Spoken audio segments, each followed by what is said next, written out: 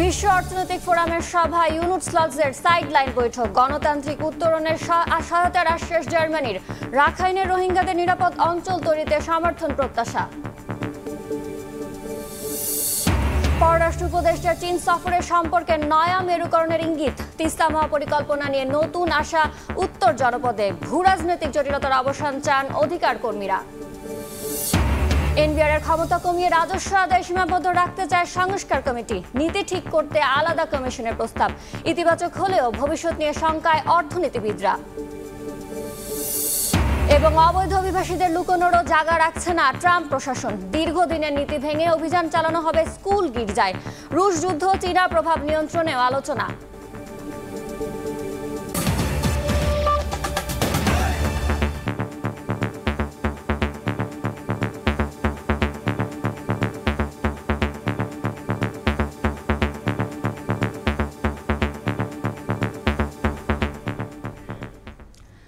ভোরের সময় সঙ্গে আছি আমি ইয়ানুর শিফাত।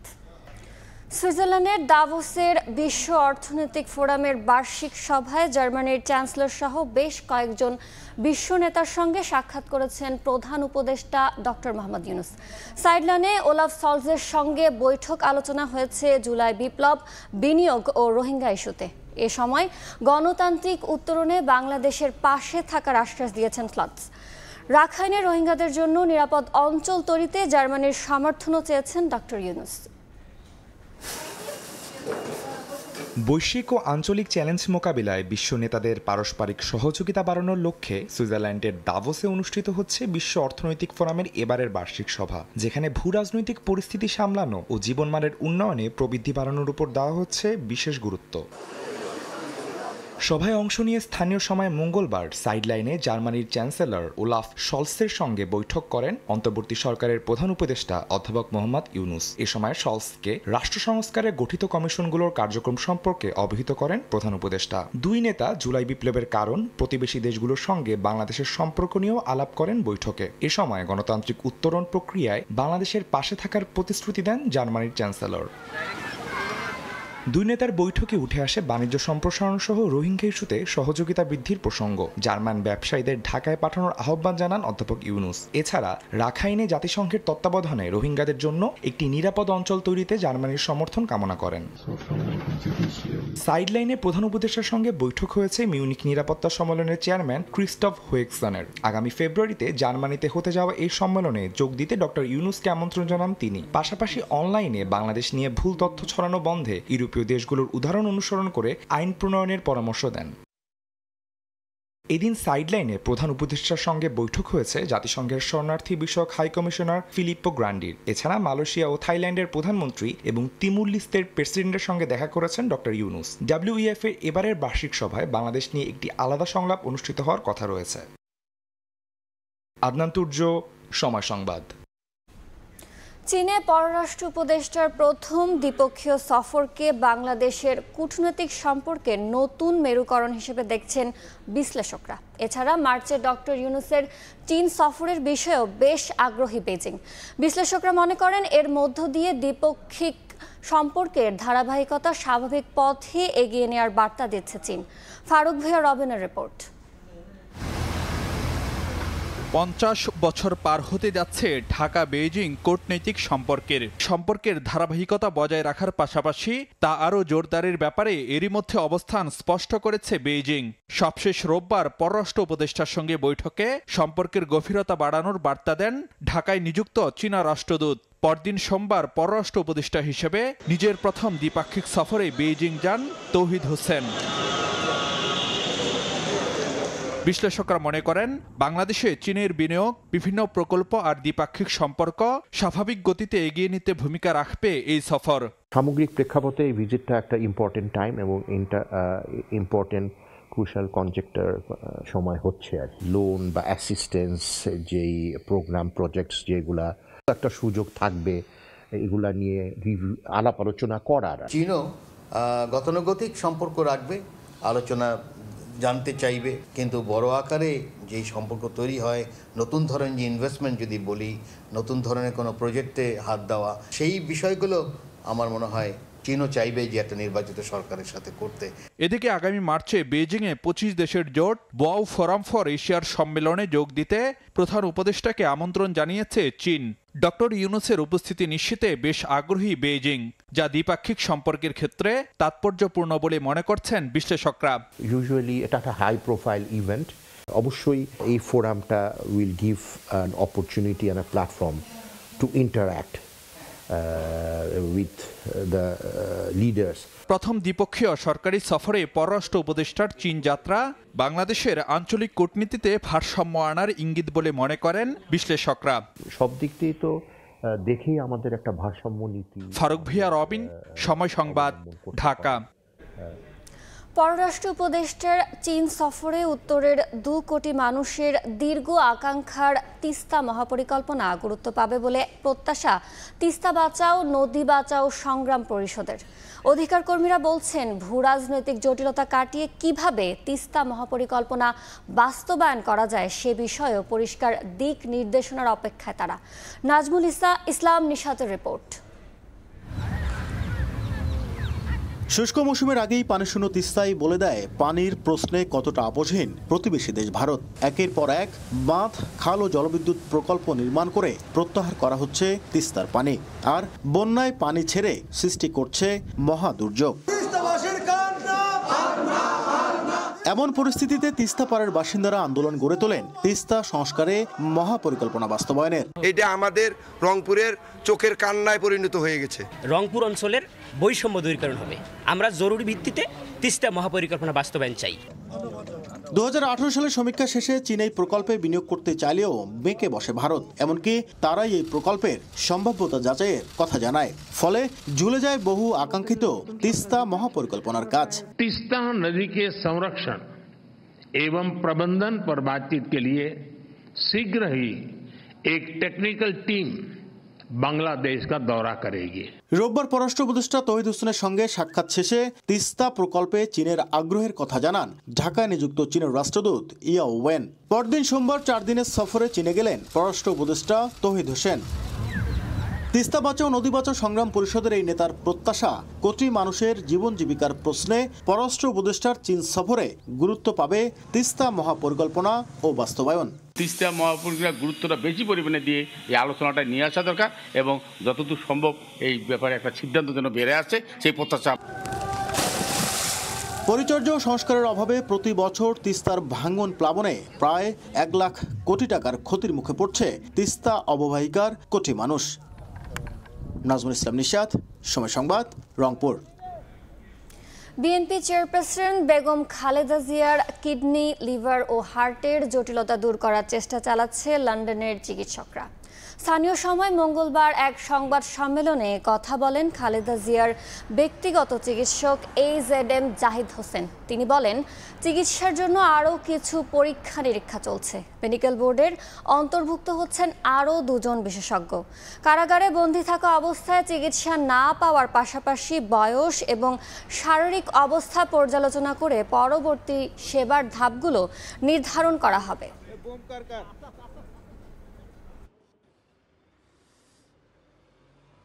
প্রত্যেকটা অঙ্গ প্রত্যঙ্গের ব্যাপারেই আমরা অত্যন্ত সংবেদনশীল, বিশেষ করে ওনার কিডনি এবং লিভার আর হার্ট, এই 3টার জটিলতা একসাথে নিরসন করা, এটার জন্যই সবাই চেষ্টা করছে। সেটা হয়তো আগামী 2-3 দিন পরে, যখন আবার মেডিকেল বোর্ডের আরও কিছু এক্সটেন্ডেড মেম্বার আছেন, ওনারাও এই দেশের এবং দেশের বাইরের, ওনারাও আবার সেটার মধ্যে ওনাদের মতামত দিবেন। পরবর্তীতে সে অনুযায়ী ইনশাল্লাহ ওনার চিকিৎসা চলবে। তো ওনার সুচিকিৎসার জন্য আমরা দেশবাসীর কাছে আপনাদের মাধ্যমে দোয়া চাই ওনার সুস্থতার জন্য। যে কোনো অনির্বাচিত সরকারের চেয়ে নির্বাচিত সরকার ভালো, এমন মন্তব্য করে বিএনপির মহাসচিব মির্জা ফখরুল ইসলাম আলমগীর বলেছেন, অতি বিপ্লবী না হয়ে দেশের ক্রান্তিকালে সবাইকে ধৈর্য ধরতে হবে। এদিকে সংকট সমাধানের ভোটের মাধ্যমে নির্বাচিত সরকারের হাতে ক্ষমতা হস্তান্তরের আহ্বান জানিয়েছে দলটির স্থায়ী কমিটির সদস্য আমির খসরু মাহমুদ চৌধুরী। আজকের এই শহীদ রাষ্ট্রপতি জিয়াউর রহমানের 89তম জন্মবার্ষিকী ও সংগঠনের 12তম প্রতিষ্ঠাবার্ষিকী উপলক্ষে জাতীয় প্রেস ক্লাবে গ্রন্থ আড্ডার আয়োজন করে জিয়া স্মৃতি পাঠাগার। অনুষ্ঠানে প্রধান অতিথি হিসেবে যোগ দেন বিএনপি মহাসচিব মির্জা ফখরুল ইসলাম আলমগীর।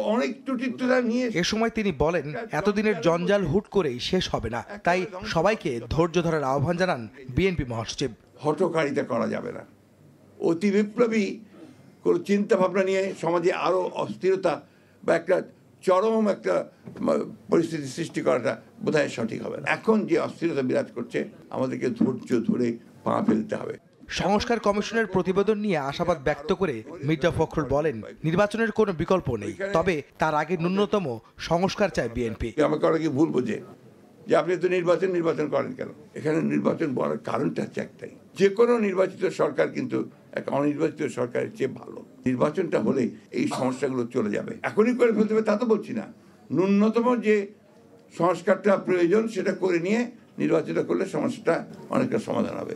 একই দিন দুপুরে যশোরে মতবিনিময় সভায় প্রধান অতিথির বক্তব্যে বিএনপির স্থায়ী কমিটির সদস্য আমির খসরু মাহমুদ চৌধুরী বলেন, তারা 200 আসনে জয়ী হলেও এককভাবে নয়, গঠন করা হবে জাতীয় সরকার। আগামী দিনে বিএনপি যদি 300 সিটের মধ্যে 200 সিটও পায়, আমরা কিন্তু একটা সরকার গঠন করব না, আমরা জাতীয় সরকার গঠন করব। আপনি জনগণের মতামত, জনগণের ম্যান্ডেট ছাড়া তো সংস্কার করলে সেই সংস্কার তো কালকে আজকে ফেলে দেবে।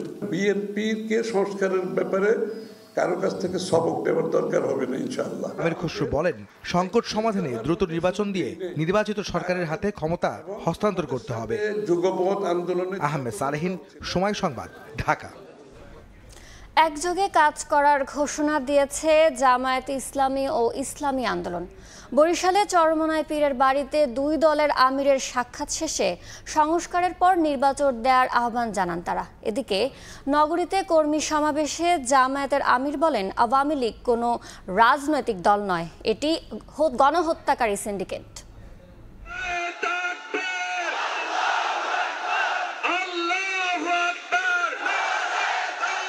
দেশের পট পরিবর্তনে বরিশালে 2 যুগেরও বেশি সময় পর প্রকাশ্যে বৃহৎ সমাবেশ করল জামায়াতে ইসলামী।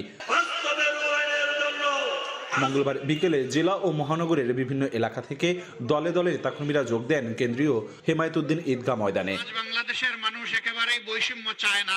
দলটির কেন্দ্রীয় ও তৃণমূল নেতাকর্মীদের অংশগ্রহণে মিলন মেলায় পরিণত হয় সম্মেলন। প্রধান অতিথির বক্তব্যে জামায়াতের আমির আওয়ামী লীগকে রাজনৈতিক দল নয়, গণহত্যাকারী সিন্ডিকেট হিসেবে আখ্যায়িত করে ফ্যাসিস্ট উপাধি পাওয়া শেখ হাসিনার সমালোচনা করেন। তারা ক্ষমতার রাক্ষস, তারা অর্থের রাক্ষস। রাজনীতির নাম যদি গণহত্যা হয়, তাহলে এমন দল বাংলাদেশের জনগণ বরদাস্ত করবে না।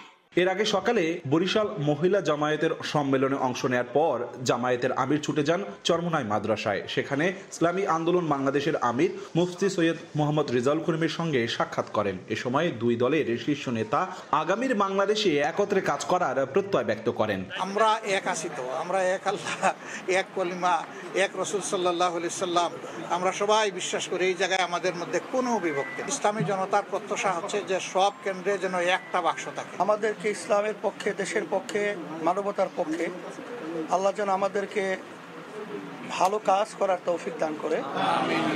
ইসলামের পক্ষে যেন আমরা একটা বাক্স পাঠাতে পারি, এই প্রচেষ্টা আমাদের আগে পরে চলছে, এখনো চলছে। আগে সংস্কার ও পরে ভোট আয়োজনের পক্ষে মত দেন দুই শীর্ষ নেতাই। অপূর্ব অপু, সময় সংবাদ, বরিশাল। তথ্য প্রযুক্তি কাজে লাগিয়ে জুলাই গণহত্যায় জড়িতদের চিহ্নিত করা হবে। রংপুরে জুলাই আন্দোলনের শহীদদের হত্যার ঘটনাস্থল পরিদর্শন শেষে সাংবাদিকদের এ কথা জানায় আন্তর্জাতিক অপরাধ ট্রাইব্যুনালের প্রতিনিধি দল। তদন্ত শেষে শুধুমাত্র জড়িতের বিষয়ে ব্যবস্থা নেওয়ার কথা জানান তারা। রংপুরের দ্বিতীয় দিনের মতো জুলাই গণহত্যার তদন্তে আন্তর্জাতিক অপরাধ ট্রাইব্যুনালের প্রতিনিধি দল মঙ্গলবার সকাল 11টায় রংপুর সিটি বাজার, রাজা Rammohan Roy market, city park market সহ আশপাশের এলাকা পরিদর্শন করেন ট্রাইব্যুনালের সদস্যরা। ঘটনার স্কেচ ম্যাপ তৈরি সহ নানা তথ্য উপাত্ত সংগ্রহ করে দলটি। কথা বলেন শহীদ পরিবারের সদস্য ও প্রত্যক্ষদর্শীদের সঙ্গেও। আন্তর্জাতিক অপরাধ ট্রাইব্যুনালের কাছে আমরা একটাই আশা করি যে ওনারা সঠিক তদন্ত করবে এবং সঠিক বিচারটাই আমরা চাই। আমরা চাই সুস্থ সুন্দরভাবে যেন বিচার পাই। আমরা এটাই প্রত্যাশা করতেছি। এই ইতিহাস যেন বিকৃত না হয়, ইতিহাস যেন সবার মাঝে চলে যায়, আমি এটাই চাই। ট্রাইব্যুনালের প্রসিকিউটররা জানান, আন্তর্জাতিক মান ঠিক রাখতে ডিজিটাল মাধ্যমে তদন্ত করা হচ্ছে সব হত্যার ঘটনা। একই সঙ্গে নিরপরাধ মানুষ যেন শাস্তি না পায় সে বিষয়েও তৎপর ট্রাইব্যুনাল। বাদী, বিবাদী এবং যিনি মৃত্যুবরণ করেছেন তার প্রত্যেকটা ডিজিটাল ফুটপ্রিন্ট বিজ্ঞ আদালতে আমরা প্রেরণ করব এবং এটা যাতে আন্তর্জাতিকভাবে আমাদের এই বিচার যাতে অত্যন্ত পরিষ্কারভাবে ট্রান্সপারেন্টলি প্রতিষ্ঠিত হয়। কারো বিরুদ্ধেই মামলা এসেছে সাথে সাথে ব্যবস্থা নিব এমনটা না, আর যদি ভুল হয়ে থাকে সেটা সংশ্লিষ্ট তদন্ত কর্মকর্তা নিষ্ঠার সাথেই তদন্ত যাতে করে আমরা সেই ব্যাপারে তারা আমাদের হেল্প চাইলে আমরা করব। জুলাই বিপ্লবে প্রতিটি হত্যাকাণ্ডের সুষ্ঠু তদন্তের মাধ্যমে সঠিক বিচার নিশ্চিত হবে আন্তর্জাতিক অপরাধ ট্রাইব্যুনালের কাছে, এমনটাই প্রত্যাশা শহীদ পরিবারের সদস্যদের। আব্দুর রশিদ জীবন, সময় সংবাদ, রংপুর। কমানো হচ্ছে এনবিআর এর ক্ষমতা, শুধু রাজস্ব আদায় করবে সংস্থাটি, আর নীতি কৌশল ঠিক করবে আলাদা কমিশন, এমনটাই চায় এনবিআর সংস্কার কমিটি। তাদের যুক্তি, এতে পক্ষপাতমূলক সিদ্ধান্তের কারণে হয়রানির হাত থেকে মুক্তি পাবে করদাতারা, বাড়বে রাজস্ব আদায়। এটি ইতিবাচক হিসেবে দেখছেন ব্যবসায়ীরা, তবে দীর্ঘমেয়াদে জটিলতা তৈরির শঙ্কা অর্থনীতিবিদদের। কামরুল হাসান, সবুজের রিপোর্ট। গুলিও করবে আবার নিজেও এফআইআর লিখবে, এটা হবে না। আপনি যদি নিজেই ইমপ্লিমেন্টার হন এবং নিজেই পলিসি মেকার হন, সেই কনফ্লিক্ট অফ ইন্টারেস্টের কারণে আপনার পারফরমেন্স এফেক্টেড হবে, ওই জন্যে আলাদা করা। জাতীয় রাজস্ব বোর্ড এনবিআর সরকারি ব্যয়ের সবচেয়ে বড় অংশের যোগান দেয় সংস্থাটি। এজন্য সাধারণ মানুষ ও ব্যবসায়ীদের কাছ থেকে সংগ্রহ করে ভ্যাট, ট্যাক্স ও শুল্ক। বর্তমানে এনবিআর অভ্যন্তরীণ সম্পদ বিভাগ আইআরডির অধীন একটি সংস্থা। সংস্থাটি একই সঙ্গে রাজস্ব নীতি প্রণয়ন করে ও রাজস্ব আহরণ করে। আইআরডি সচিবই পালন করেন এনবিআর এর চেয়ারম্যানের দায়িত্ব। এনবিআর সংস্কার কমিটির সুপারিশ হলো এনবিআর এর কাজ হবে শুধু রাজস্ব আদায়। এনবিআর এর যিনি প্রধান হবেন, এনবিআর ওর কাজ হবে ইমপ্লিমেন্ট করা। ওর কাজ কোনোভাবেই এসআরও জারি করা হবে না, ওর কাজ কোনোভাবেই অর্থ আইন তৈরি করা হবে না, ট্রাইব্যুনাল ওর কাজ থাকবে না, ওইটা আসবে আলাদাভাবে। ভ্যাট, ট্যাক্স, শুল্ক সংক্রান্ত নীতি গ্রহণের ক্ষমতা থাকবে আলাদা বিভাগ বা কমিশনের হাতে। এর অধীনে অর্থ, বাণিজ্য, শিল্পসহ সংশ্লিষ্ট মন্ত্রণালয় ও ব্যবসায়ীদের সংগঠন, গবেষণা প্রতিষ্ঠানের প্রতিনিধি সহ 15 থেকে 16 সদস্যের একটি স্থায়ী উপদেষ্টা পরিষদ থাকবে। কমিশন বা বিভাগ যত নীতি গ্রহণ করবে তা অবশ্যই ওই কমিটির মাধ্যমে অনুমোদন হতে হবে। পরে তা মাঠ পর্যায়ে বাস্তবায়ন করবে এনবিআর। স্থায়ীভাবে একটি পরামর্শ কমিটি একবার গেজেট নোটিফিকেশন করে দেওয়া হবে। সে কথার কথা 15 বা 16 জন সদস্য। ওই যে নীতি নির্ধারণ করা হবে, যা কিছু করা হবে, অর্থ আইনে কি যাবে, এটা কি যাবে, সেটা কিন্তু ওই কমিটি সাথে আলোচনা করেই হবে। তাহলে আর স্টেক হোল্ডারের সাথে দূরত্বটা থাকবে না। ব্যবসায়ীরা বলছেন এনবিআর এর এমন বিভাজন দীর্ঘদিন ধরেই চাচ্ছেন তারা। এটা আমরা খুবই পজিটিভলি দেখছি, এটা আরো আগেই যদি হতো এটা আরো ভালো হতো। প্রাথমিকভাবে এই উদ্যোগকে ইতিবাচক হিসেবে দেখলেও ভবিষ্যৎ নিয়ে শঙ্কা অর্থনীতিবিদদের। আলাদা হওয়ার ব্যাপারে আমার মনে হয় না বিশেষজ্ঞদের মধ্যে তেমন দ্বিমত আছে। কিভাবে এটা আলাদা করা হবে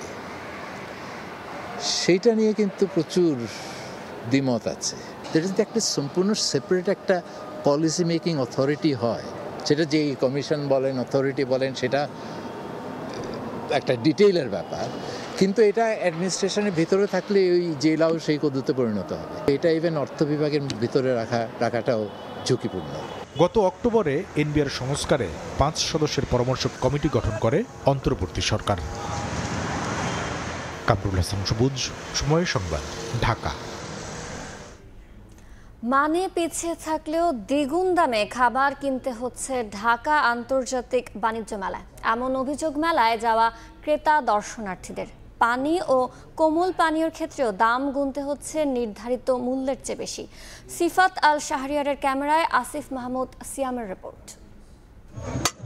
আপনারা তো কাচ্চি, তেহারি সবই খান, একটু এদিকে দেখেন তো, এটা দেখে আপনার কাছে কি মনে হয়? না, আসলে এটা কাচ্চি না, আলু নাই, তারপরে কাচ্চির মতো দেখা যাচ্ছে না। কাচ্চি দাবি করা হলেও নেই চিরচেনা গুণ ও স্বাদ। আধা সেদ্ধ মুরগির চাপ, বাটার নানে নেই মাখনের ছিটে ফোটা।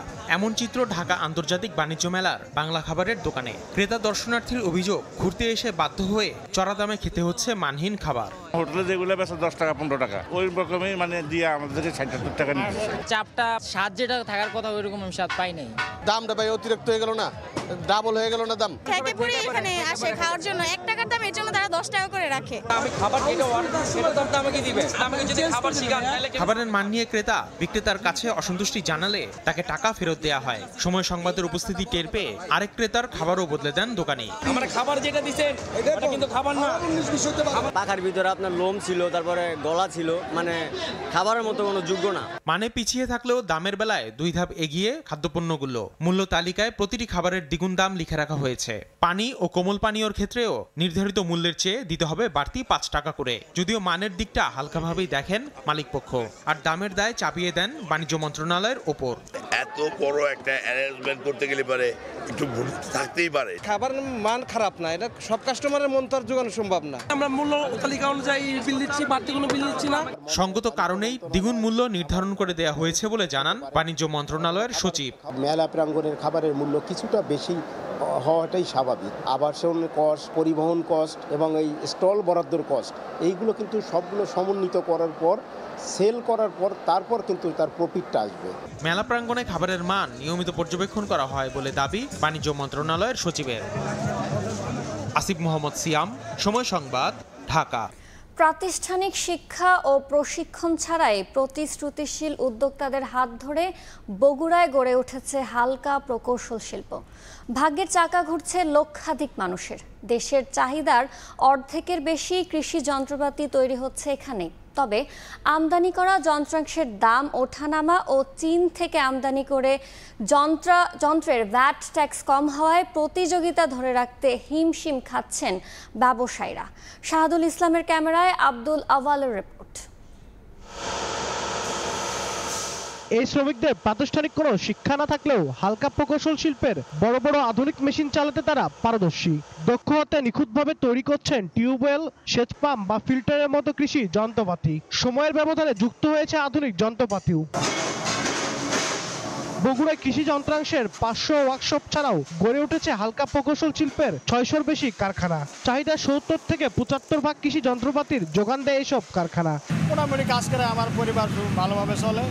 আরও হয়তো অনেক আছে, সেটা সুবিধা করলে ভালো হবে। কারখানা হওয়াতে আমাদের অনেক সুবিধা হয়েছে, আমাদের পরিবারের অনেক সুবিধা হয়েছে। আমরা কাজ করে খেতে পারছি। স্বামীর কামাই যা সংসার চলে না, উভয় স্বামী স্ত্রী মিলে আমরা কর্মে নামিছি। আরও অনেকেরই কর্মসংস্থান এখানে হয়েছে বা ওনারা কাজ করতেছে অনেকদিন যাবত, সবারই মোটামুটি ভালো হয়েছে। কারখানা মালিকরা বলছেন আমদানি করা যন্ত্রের সঙ্গে দেশে উৎপাদিত যন্ত্রের ভ্যাট ট্যাক্সের সামঞ্জস্য না থাকায় তারা প্রতিযোগিতায় টিকতে পারছেন না।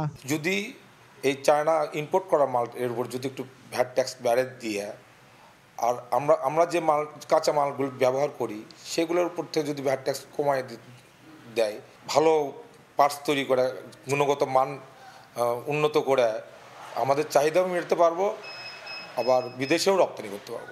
সংশ্লিষ্ট সরকারি কর্মকর্তারা বলছেন ব্যবসা প্রসারে সব ধরনের সুযোগ সুবিধা দেওয়া হচ্ছে। তাদেরকে সর্বোচ্চ সহায়তা করে যাচ্ছে আর কি। বগুড়াতে অনেক শিল্প কারখানা ছড়িয়ে ছিটিয়ে রয়েছে, সেগুলো একটা প্ল্যাটফর্মে আনার জন্য আমরা একটা চেষ্টা করে যাচ্ছি।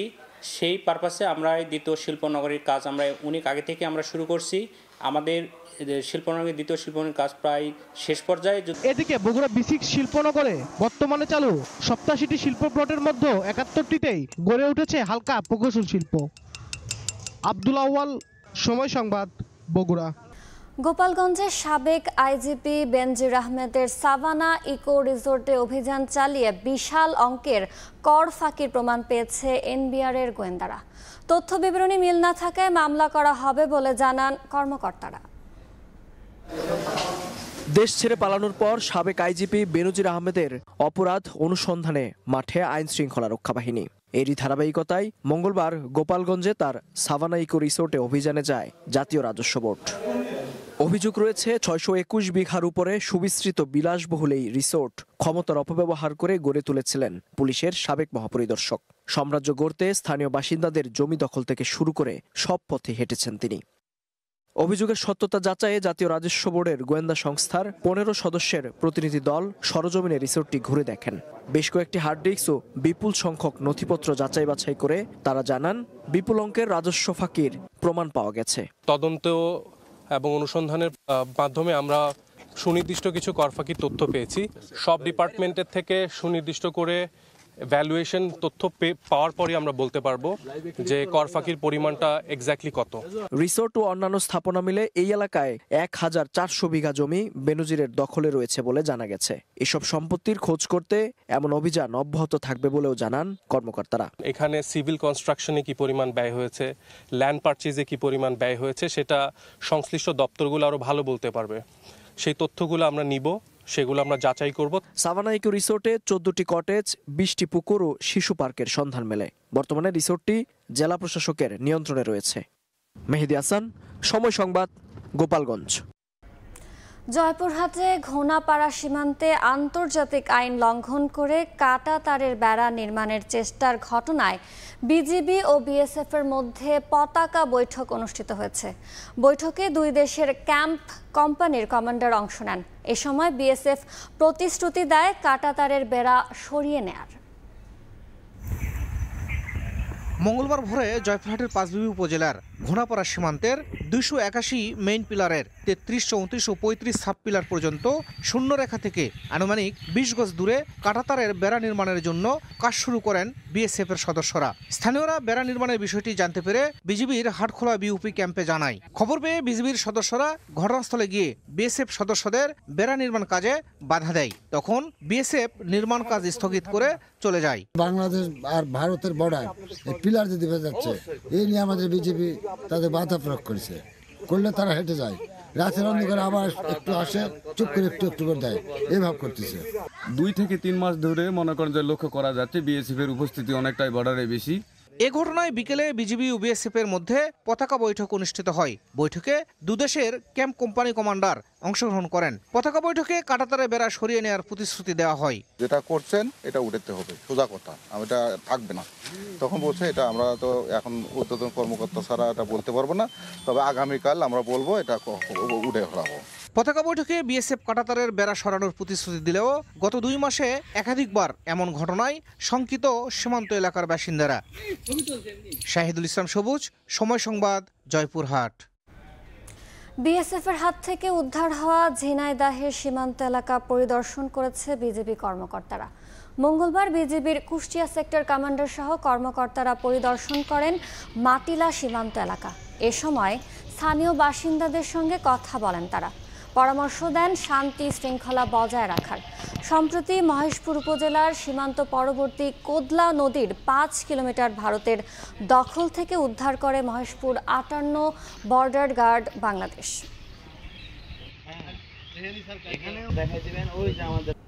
প্রকাশ্যে চলছে নদী থেকে অবৈধভাবে বালু উত্তোলন, এমনকি কৃষি জমি থেকে মাটি কেটে তৈরি করা হচ্ছে ডোবা। চাঁপাইনবাবগঞ্জের সদর ও শিবগঞ্জ উপজেলার পদ্মা ও মহানন্দা নদীর তীরে 8টি স্থানে ক্ষতির মুখে বাঁধ।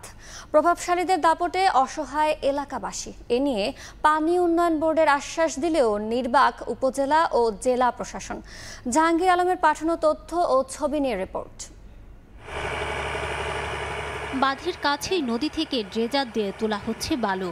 পাশে বাঁধের অপর পাশে কৃষি জমি থেকে এক্সকাভেটর দিয়ে কাটা হচ্ছে মাটি। এসব মাটি ট্রাকে করে পরিবহন করা হচ্ছে অন্যত্র। ভাঙন রোধে চাঁপাইনবাবগঞ্জের সদর ও শিবগঞ্জ উপজেলায় পদ্মা ও মহানন্দা নদীর তীরে 8টি স্থানে বাঁধ নির্মাণ করা হয়। এলাকাবাসী জানান, স্থানীয় প্রভাবশালীর কয়েকটি চক্র প্রকাশ্যে বাঁধগুলোর পাশ থেকে বালু ও মাটি কাটছে। এতে একদিকে কৃষি জমি ডোবায় পরিণত হচ্ছে, অন্যদিকে ঝুঁকিতে পড়েছে বাঁধ। শিগগিরই পদক্ষেপ না নিলে বাঁধ ভেঙে আবারও নদী ভাঙনের আশঙ্কা দেখা দিয়েছে। মাটিগুলা কাটার পরে তো আমাদের ভূমি নষ্ট হচ্ছে, আপনার ফসলি জমি নষ্ট হচ্ছে। এসবভাবে মাটি কাটলে বাঁধের আশেপাশে নিয়ে এগুলো বাড়িগুলো করে এসছে, চর থেকে আসছে, এদেরও বাড়িঘর হুমকির মধ্যে পড়ে গেছে। নদী যখন এগিয়ে যাবে তখন মনে করেন যে এই এলাকাটা বিলীন হয়ে যাবে। সরকার লোক আসছে, আইসা 10 টাকা খাচ্ছে, খায় আবার ফিরে যাচ্ছে, আবার রাতে রাতে কেটে নিয়ে চলে যাচ্ছে। অবৈধভাবে নদী থেকে বালু ও মাটি কাটা বন্ধে ব্যবস্থা গ্রহণের দায় সারা আশ্বাস পানি উন্নয়ন বোর্ডের। আর এ নিয়ে ক্যামেরার সামনে কথা বলতে রাজি হয়নি উপজেলা ও জেলা প্রশাসনের দায়িত্বশীলরা। অনুমোদন ছাড়া কোনো বালু উত্তোলন আমরা অ্যালাউ করব না এবং এটা যা করার আমরা সেই ব্যবস্থাটাই গ্রহণ করব। পুলিশের দেয়া তথ্য মতে সদর ও শিবগঞ্জ উপজেলায় বালু ও মাটি কাটা নিয়ে একাধিক দল তৈরি হয়েছে। 2023 সালে 23 এপ্রিল সদর উপজেলার জনতার হাট এলাকায় মাটি কাটা দ্বন্দ্বে 2 গ্রুপের সংঘর্ষে ককটেল বিস্ফোরণে একজনের মৃত্যু হয়। সময় সংবাদ, চাঁপাইনবাবগঞ্জ। রাজশাহী বিভাগে সরকারি বেসরকারি হাসপাতাল ও ক্লিনিকগুলোর নেই বর্জ্য ব্যবস্থাপনার নিজস্ব কোনো প্ল্যান্ট। দিনের পর দিন এসব প্রতিষ্ঠানে পড়ে থাকছে মেডিকেল বর্জ্য। এতে একদিকে যেমন দূষিত হচ্ছে পরিবেশ, অন্যদিকে ছড়াচ্ছে বিভিন্ন রোগ জীবাণু। সাইফুর রহমান, রকের রিপোর্ট। যত্রতত্র ছড়িয়ে ছিটিয়ে আছে সিরিঞ্জ, সুই, রোগীর ব্যবহৃত ব্যান্ডেজ, তুলা। পশু পাখির মাধ্যমে এসব মেডিকেল বর্জ্য ছড়িয়ে পড়ছে আশেপাশের এলাকাতেও। রাজশাহী বিভাগে প্রায় 500 সরকারি বেসরকারি হাসপাতাল, ক্লিনিক রয়েছে। তবে রাজশাহী মেডিকেল কলেজ হাসপাতাল ছাড়া কোনো প্রতিষ্ঠানের নেই নিজস্ব বর্জ্য ব্যবস্থাপনা। কোনো প্রতিষ্ঠানে খোলা কক্ষে স্তূপ করে রাখা হয় এসব বর্জ্য। সিটি কর্পোরেশনের মাধ্যমে আমরা বর্জ্যগুলো ওনারা যখন নিতে আসে তখন আমরা এগুলো তাদের মাধ্যমে দিয়ে দিই। নিজস্বভাবে কোনো ব্যবস্থাপনা নাই, এটা আপনার সরকারিভাবে রাজশাহী সিটি কর্পোরেশন থেকে তারা এসে প্রতিদিন বর্জ্য ট্রাকে করে নিয়ে যেয়ে ওরা পয় নিষ্কাশন করে। রাজশাহী মহানগর ও নাটোরে 2020 সাল থেকে হাসপাতালের বর্জ্য সংগ্রহ করে প্রিজম বাংলাদেশ ফাউন্ডেশন নামে একটি বেসরকারি সংস্থা। পরে বিভিন্নভাবে বর্জ্য নষ্ট করা হয়। আমাদের এখানে এক কথা জবাব, যেগুলো পোড়ানো সম্ভব সেটা প্রত্যেকটা আমরা পোড়াই ফেলি, সেটাই ইনসিনারেশন করি আর কি। আর প্লাস্টিক টাইপের যে আইটেমগুলো আছে এগুলো আমরা রিসাইকেল করি। আর এটা বাদেও কিছু থাকে, যেমন গজ, ব্যান্ডিজ, তুলা, যেগুলো আপনার ওয়েট মানে আপনার ভিজা, এগুলোকে আমরা না পুড়াতে পারতেছি না আবার রিসাইকেল করতে পারতেছি, সেক্ষেত্রে এটাকে আমরা আবার অটোক্লেভিং করতে।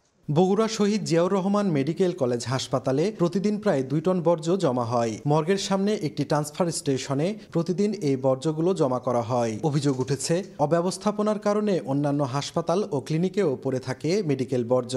এতে একদিকে যেমন দূষিত হচ্ছে পরিবেশ, অন্যদিকে ছড়াচ্ছে বিভিন্ন রোগ জীবাণু।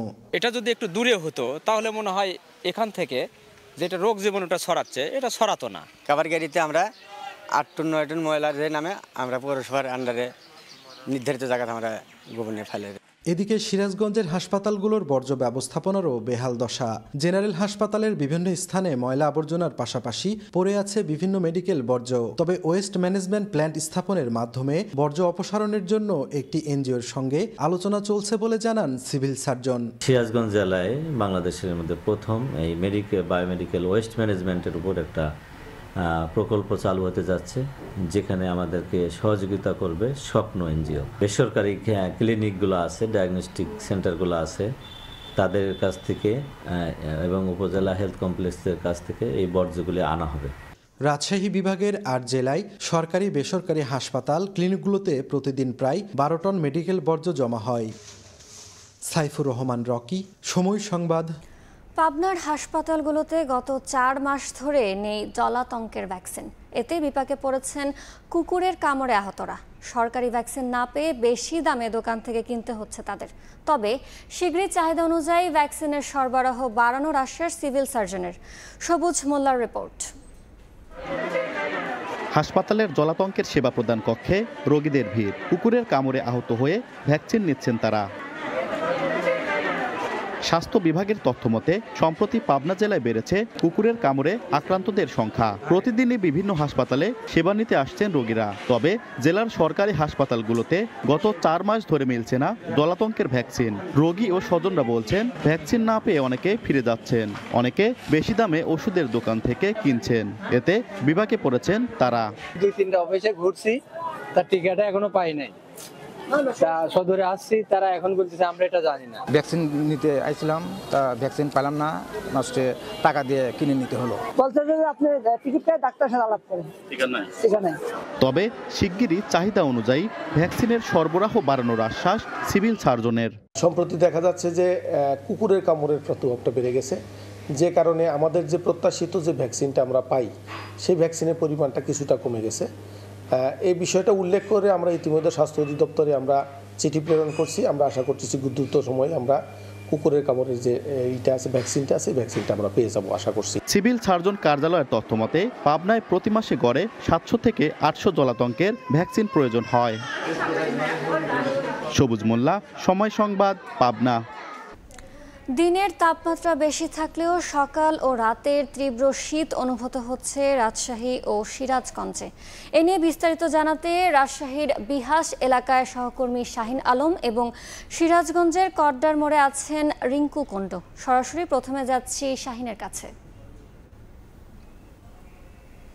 রাতের অন্ধকার কাটিয়ে দিনের আলো এখন অনেকটাই স্পষ্ট, তবে এখন পর্যন্ত ঘন কুয়াশায় আবৃত চারপাশ। আমরা এই মুহূর্তে আছি নগরীর বিহাস এলাকায়। আমরা এখনো দেখতে পাচ্ছি রাস্তায় যেসব যানবাহন চলাফেরা করছে তারা কিন্তু হেডলাইট জ্বালিয়ে চলাফেরা করছে।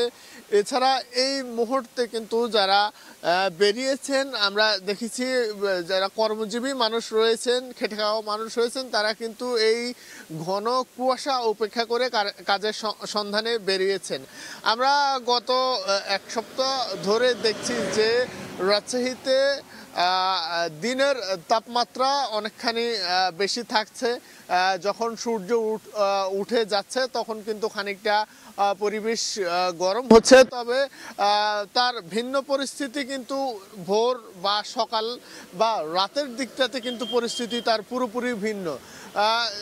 এই মুহূর্তে ভোরে যদি বলি যে আমরা স্থানীয় আবহাওয়া অফিসের সঙ্গে যোগাযোগ করেছি, তারা আমাদেরকে জানিয়েছেন সকাল 6টায় রাজশাহীতে সর্বনিম্ন তাপমাত্রা রেকর্ড করা হয়েছে 12.4 ডিগ্রি সেলসিয়াস, যাকে বলা হচ্ছে এটি মৃদু শৈত্যপ্রবাহ।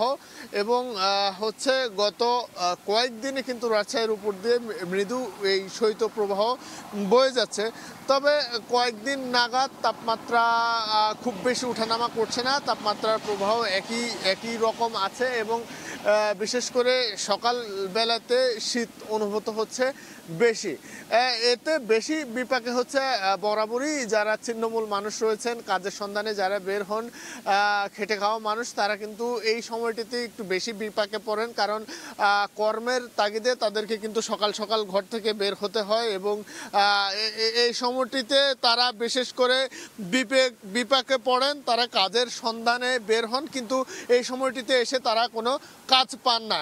তো আমরা হচ্ছে রাজশাহীতে এই শীতের খবর এই ছিল আমার কাছে, এবং শীতের আরও খবর জানতে আমরা চলে যাব সিরাজগঞ্জে।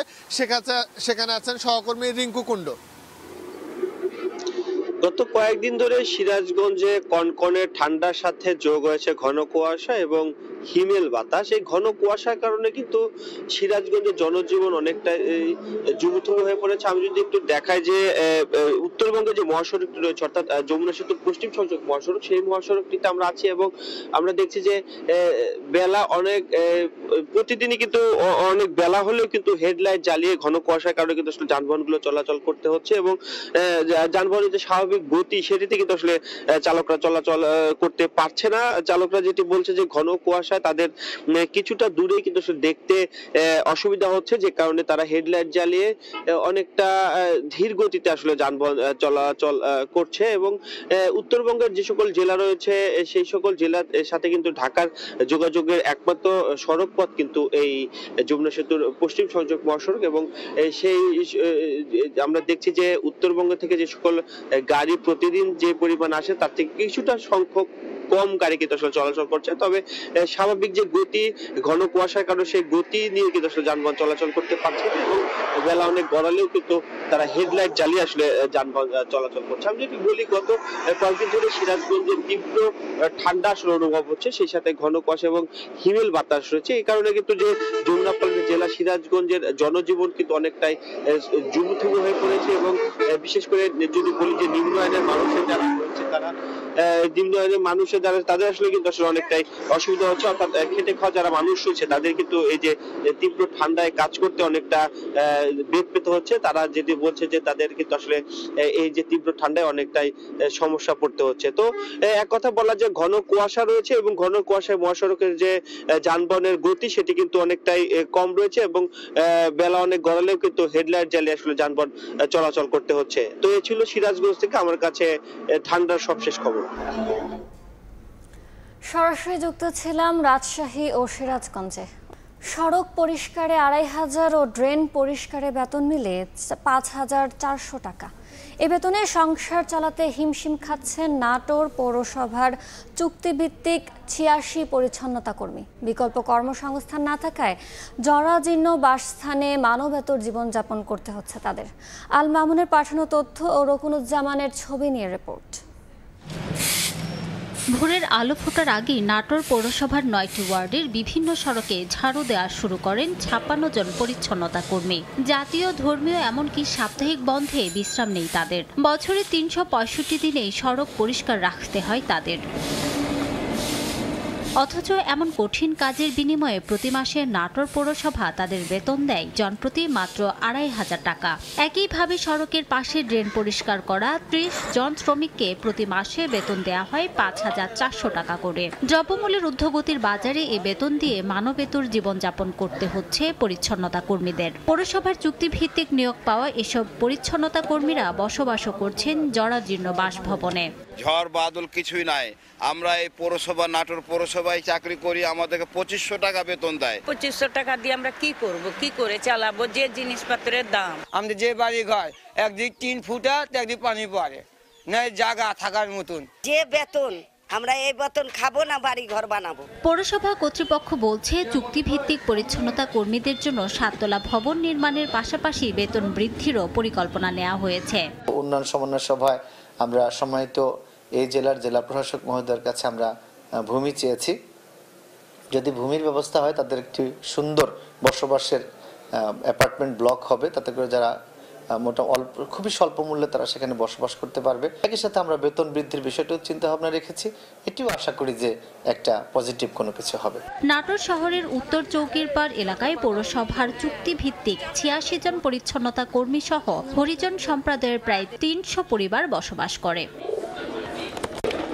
সময় সংবাদ, নাটোর। এক যুগ ধরে দখল হয়ে থাকা শরীয়তপুরের পালং খাল উদ্ধারে মাঠে নামল প্রশাসন। মঙ্গলবার শিক্ষার্থী আর প্রশাসনের উদ্যোগে শুরু হয় খাল পরিষ্কারের কাজ। এতে বৈষম্য বিরোধী ছাত্র আন্দোলনের শতাধিক শিক্ষার্থী সহ বিভিন্ন সংগঠনের কর্মীরা অংশ নেন। টানা ১০ দিন চলবে খাল উদ্ধার কাজ। পালং খালের মতোই পৌরসভার অন্য ১০টি খাল পর্যায়ক্রমে পুনরুদ্ধার করা হবে বলে জানিয়েছে জেলা প্রশাসন।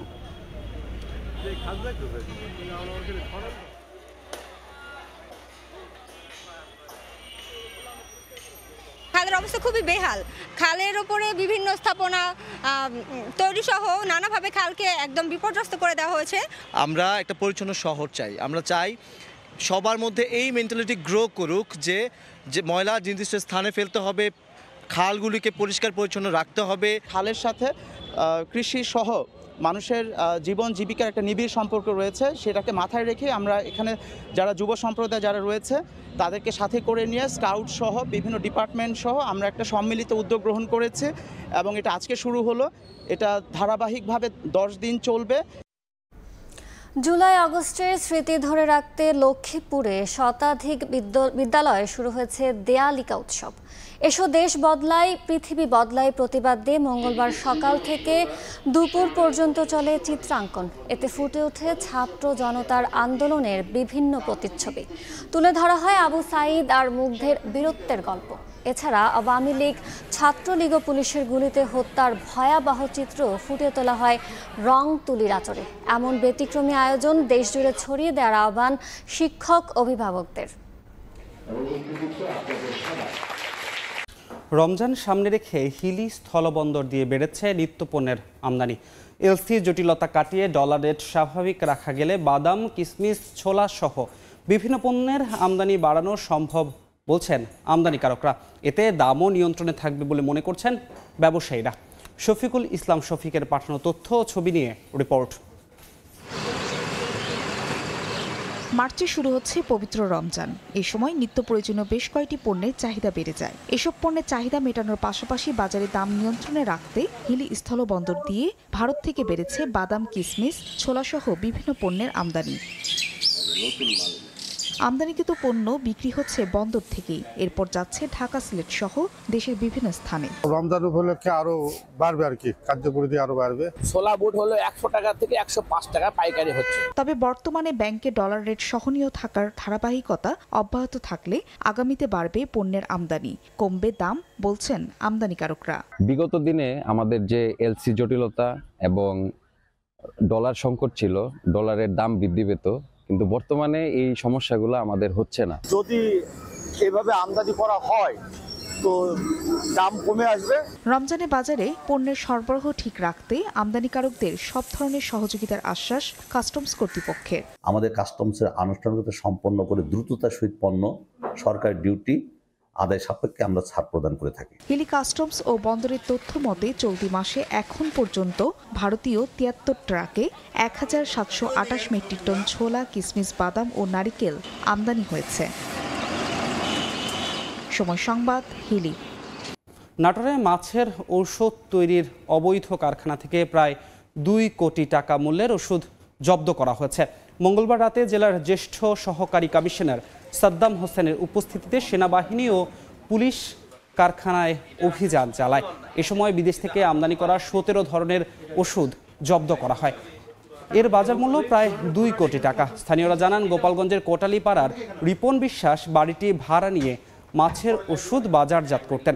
মৎস্য কর্মকর্তা আবু সাইদ বলেন, বিদেশ থেকে আমদানি করা এই মাছের ওষুধের কোনো কাগজপত্র নেই।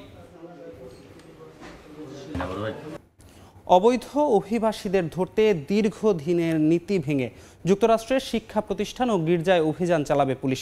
শিগগিরই এতে সম্মতি দেবেন প্রেসিডেন্ট ডোনাল্ড ট্রাম্প। এদিকে ইউক্রেনে যুদ্ধ বন্ধ পুতিনকেও ফোন করবেন ট্রাম্প।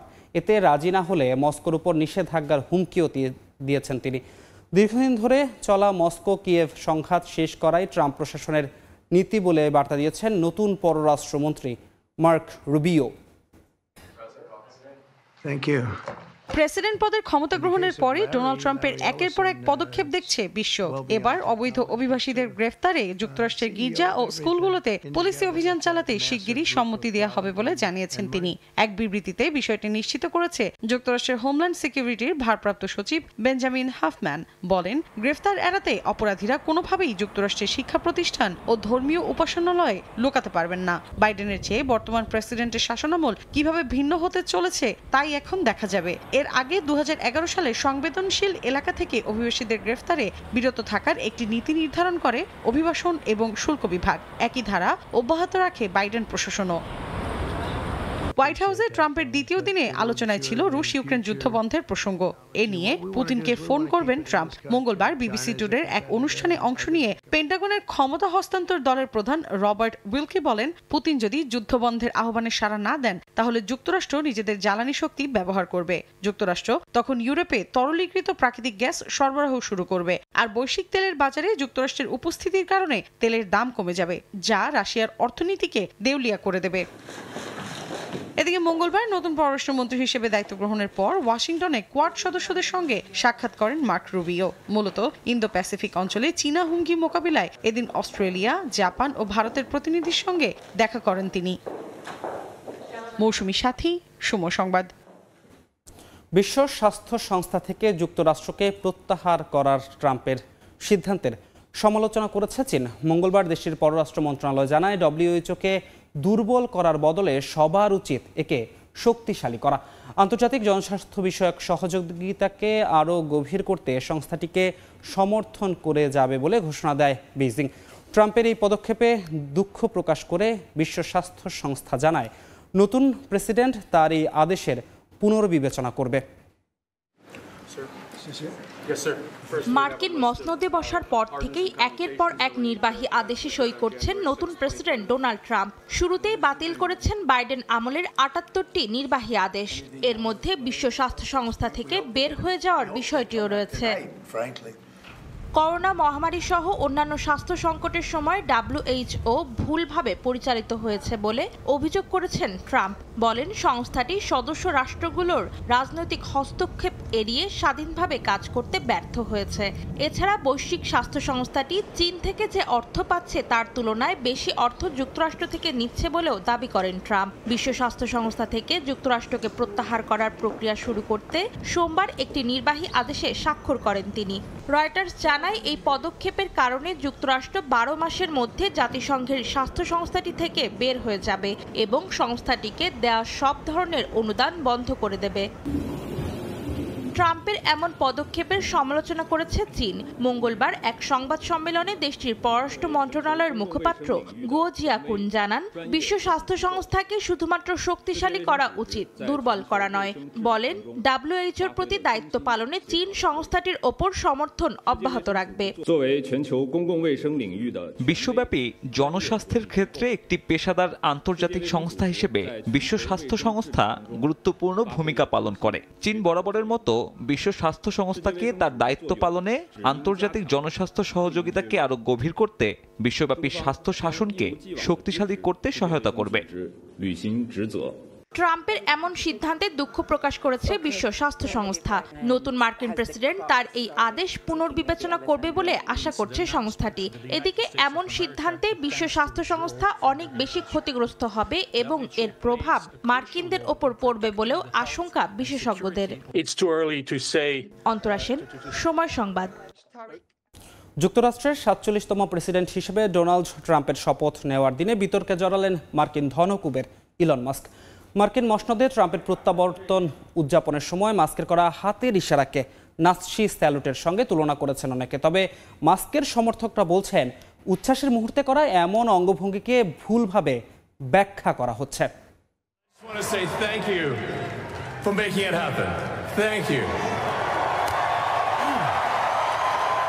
যুক্তরাষ্ট্রের 47তম প্রেসিডেন্ট নির্বাচনে ডোনাল্ড ট্রাম্পের শপথ নেওয়ার দিন এভাবেই নিজের উচ্ছ্বাস প্রকাশ করেন ইলন মাস্ক। তবে তার এমন উদযাপন ঘিরে শুরু হয়েছে বিতর্ক। অনেকেই মার্কিন ধনকুবেরের হাতের ইশারাকে নাৎসি স্যালুটের সঙ্গে তুলনা করেছেন। ওয়াশিংটন ডিসিতে ক্যাপিটল ওয়ান এরিনায় মার্কিন প্রেসিডেন্টের বিজয় উদযাপনে একাধিকবার ইলন মাস্ক তার ডান হাত বুকে ঠুকে সমর্থকদের উদ্দেশ্যে ইশারা করেন। অনেকে এটিকে রোমান স্যালুট হিসেবে উল্লেখ করেছে, যা ইতিহাসের নাৎসি স্যালুট হিসেবেই বেশি পরিচিত। সমালোচকদের দাবি, এই অঙ্গভঙ্গি করে সুনির্দিষ্ট একটি মতাদর্শের প্রতীকী বহিঃপ্রকাশ করেছেন মাস্ক। তবে ইলন মাস্কের সমর্থকদের দাবি, উচ্ছ্বাসের মুহূর্তে করা এমন অঙ্গভঙ্গিকে ভুলভাবে ব্যাখ্যা করা হচ্ছে। এদিকে সামাজিক মাধ্যমে বিষয়টি ব্যাপক আলোচনা সমালোচনার জন্ম দিলেও মার্কিন ধনকুবের ইলন মাস্ক এই নিয়ে এখনো কোনো মন্তব্য করেননি। ইয়াসিন মোহাম্মদ জিসান, সময় সংবাদ। বাংলাদেশে রেমিটেন্স পাঠানোয় আগের সব রেকর্ড ভেঙেছে ইতালি। 2024 সালে 1300 মিলিয়নেরও বেশি ইউরো পাঠিয়েছে দেশটিতে বসবাসরত প্রবাসী বাংলাদেশিরা। দেশের অগ্রযাত্রায় ধারা অব্যাহত থাকবে বলে জানিয়েছেন রেমিটেন্স যোদ্ধারা। ইতালি থেকে হাসান মাহমুদের রিপোর্টে বিস্তারিত। শেখ হাসিনার শাসন আমলে ইতালি থেকে বাংলাদেশে রেমিটেন্স না পাঠিয়ে প্রচন্ড চাপ তৈরি করেছিল দেশটিতে বসবাসরত প্রবাসী বাংলাদেশিরা। সরকার পরিবর্তনের সঙ্গে সঙ্গে দেশকে সমৃদ্ধ করতে বিপুল পরিমাণ রেমিটেন্স পাঠানো শুরু করেন প্রবাসীরা। এবার রেমিটেন্স পাঠিয়ে আগের সব রেকর্ড ভেঙে দিয়েছে ইউরোপের দেশ ইতালি। 2024 সালে 1300 মিলিয়নেরও বেশি ইউরো পাঠিয়েছেন প্রবাসী বাংলাদেশিরা, যা 2023 সালের তুলনায় প্রায় 150 মিলিয়ন ইউরো বেশি। রেমিটেন্সের এই ধারা অব্যাহত থাকবে বলে আশা করছেন প্রবাসী ব্যবসায়ীরা। রেমিটেন্সের প্রবাহ গত বছর থেকে এই বছর অব্যাহতভাবে অনেক বেড়েছে এবং আশা করতেছি এই ধারা অব্যাহত থাকবে এবং 2025-এ এটার ধারাবাহিকতা অনুযায়ী আমরা আশা করতেছি যে আরও 200 মিলিয়ন ইউরো ন্যাশনাল এক্সচেঞ্জের মাধ্যমে পেমেন্ট করা যাবে। প্রায় 2 লাখের বেশি বাংলাদেশের বসবাস ইতালিতে, অবৈধ প্রায় 60,000। বৈধতার সমস্যার পাশাপাশি রয়েছে পাসপোর্ট হাতে না পাওয়ার যন্ত্রণাও। বৈধ অনুমতিপত্র না থাকার পরও এসব বাংলাদেশিরা কোনো না কোনো কাজ করে রেমিটেন্স পাঠিয়ে দেশকে সমৃদ্ধ করে চলেছেন। ইতালির রোম থেকে হাসান মাহমুদ, সময় সংবাদ। চীনা নতুন বছর ঘিরে দেশটিতে শুরু হয়েছে নানা আয়োজন। বাজারে এসেছে ঐতিহ্যবাহী নানা ধরনের পণ্য, সেগুলো ঘুরে দেখছেন ও কিনে নিচ্ছেন স্থানীয় ও পর্যটকরা। দোকানে সাজানো রয়েছে নানা ধরনের কেক। লাল রঙের এই কেকগুলোতে খোদাই করা রয়েছে ঐতিহ্যবাহী চীনা নকশা। এছাড়াও দোকানে সাজানো রয়েছে কার্ড, চাবির রিং সহ ভিন্নধর্মী সব পণ্য। রয়েছে ঘর সাজানোর জিনিসপত্র। রেস্তোরাঁয় দেখা মিলছে নানা ধরনের ঐতিহ্যবাহী সুস্বাদু চীনা খাবার। চীনের হিউনান প্রদেশে এসব নতুন পণ্য বাজারে আনা হয়েছে আসন্ন চীনা নববর্ষ উপলক্ষে। এবছর আমরা একটি মুস কেক চালু করেছি। কেকগুলোতে থাকবে 3 ধরনের ভিন্ন স্বাদ ও আকার। আরো থাকবে চীনা ঐতিহ্যবাহী নকশা। কেকের ভেতর এলোমেলো ভাবে আমরা 3টি চকলেট কয়েন রাখি। এই কেকটি তরুণদের কাছে বেশ জনপ্রিয়। কিছু কিছু চীনা ঐতিহ্যবাহী নকশা সম্বলিত কেকের ভেতর লুকানো থাকে চকলেটের কয়েন। কেকগুলো কেনার পর ভেতরে এই লুকানো কয়েনগুলো যে খুঁজে পায় সে ঐতিহ্য অনুযায়ী একটি সমৃদ্ধশালী বছর কাটাবে বলে ধারণা করা হয়। এবছর 29 জানুয়ারি উদযাপিত হচ্ছে চীনা নববর্ষ, যাকে লুনার নিউ ইয়ার বা স্প্রিং ফেস্টিভ্যালও বলা হয়। চীনসহ বিশ্বের বিভিন্ন দেশে পালিত হয় উৎসবটি। অর্চিতা শেহজিন, সময় সংবাদ। বন্দরনগরতে বিপিএলের বিরতিতে সামাজিক সচেতনতামূলক কার্যক্রমে অংশ নেয় Dhaka capitals. Chattogram cantonment public কলেজের শিক্ষার্থীদের সঙ্গে প্রীতি ফুটবল ম্যাচে অংশ নেন ফ্র্যাঞ্চাইজিটের ক্রিকেটাররা। এ সময় তারা শিক্ষার্থীদের মোবাইল ও মাদকের আসক্তি থেকে দূরে থেকে সুন্দর ভবিষ্যৎ গড়ার পরামর্শ দেন। মোবাইল রেখে মাঠের খেলাধুলায় আগ্রহ বাড়ানোর তাগিদ দেন মুস্তাফিজ সাব্বিররা।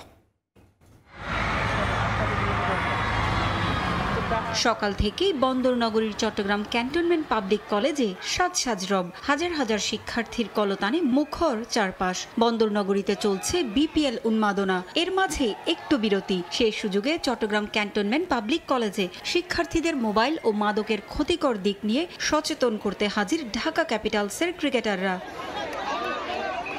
মুস্তাফিজ, রাহি, খালেদ ছাড়াও দেশ বিদেশের নামকরা সব তারকা ক্রিকেটাররা। এ যেন এক তারার হাট। এত কাছে ক্রিকেটারদের পেয়ে উৎসবের নগরীতে পরিণত হয় চট্টগ্রাম ক্যান্টনমেন্ট পাবলিক কলেজ। চমৎকার সাংস্কৃতিক আয়োজনে নিজেদের মেলে ধরেন শিক্ষার্থীরা। ক্রিকেট মাঠের তারকারা এরপর মেতে ওঠেন ফুটবল উন্মাদনায়। শিক্ষার্থীদের সঙ্গে প্রীতি ফুটবল ম্যাচও খেলেন মুস্তাফিজ, খালেদ, ফরমানুল্লাহরা।